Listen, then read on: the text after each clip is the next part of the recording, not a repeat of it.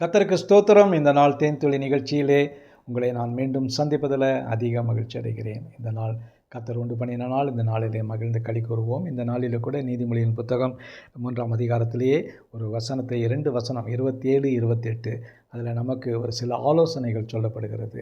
என்னவென்று சொன்னால், நம்ம மற்றவங்களுக்கு எப்படி உதவி செய்ய வேண்டும், எப்படி நம்முடைய கையில் ஒரு பொருள் இருக்கும் பொழுது அதை எப்படி நம்ம மற்றவர்களுக்கு கொடுத்து உதவி செய்ய வேண்டும் என்பதை குறித்து நீதிமொழிகளிலே அழகாக சொல்லியிருக்கிறது. அதை நாம் பின்பற்றுவோம் என்று சொன்னால் நிச்சயமாக கர்த்தர் நம்மை ஆசீர்வதிப்பார். அதில் வசனம் சொல்லுகிறது, நன்மை செய்யும்படி உனக்கு திராணி இருக்கும் பொழுது அதை செய்யத்தக்கவர்களுக்கு செய்யாமல் இராதே.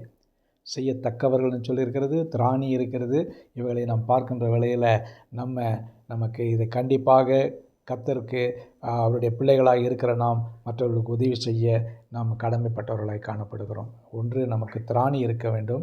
அடுத்தது, நம்ம தக்கவர்களுக்கு, எல்லாருக்கும் இல்லை, ஒரு தேவையுள்ள மக்கள் நம்ம இடத்துல வந்து கேட்கும் பொழுது அவர்களுக்கு நம்ம உதவி செய்ய வேண்டும். அப்படி செய்ய வேண்டும் என்று தேவன் நம்மிடத்தில் எதிர்பார்க்கிறார். அதோட 28வது வசனத்தில், உன்னிடத்தில் பொருள் இருக்கையில் என்று சொல்லப்படுகிறது. If you have money or anything with you, you give it your friend who is in need. அதை அவர்களிடத்தில் கொடுக்கணும். அவங்கள பார்த்துட்டு, இன்றைக்கி வீட்டில் எல்லாம் இருக்கும், உங்கள்கிட்ட பர்ஸில் பணம் இருக்கும், பார்த்துட்டு நீ நாளைக்கு வா, நாளைக்கு தரேன் என்று சொன்னாக்கா நாளை நமக்கு நிச்சயம் இல்லாத ஒரு நாள். நாளைக்கு நம்ம இருப்போமான்றே தெரியாது. ஆனால் தக்க தருணத்தில் ஒருவன் வந்து உன்னிடத்துல கேட்பான் என்று சொன்னால் அவனுக்கு நீ உதவி செய்ய வேண்டியது உன் கடமை. உன்னுடைய எல்லாவற்றையும் மிஞ்சி கொடுக்க வேண்டும் என்பதல்ல, உன்னால் எவ்வளோ முடியுமோ அதை அவனுக்கு கொடுத்து உதவி செய்வான்னு சொன்னால் கர்த்தர் உன்னிலேயே பிரியப்படுகிறவராக இருக்கிறார்.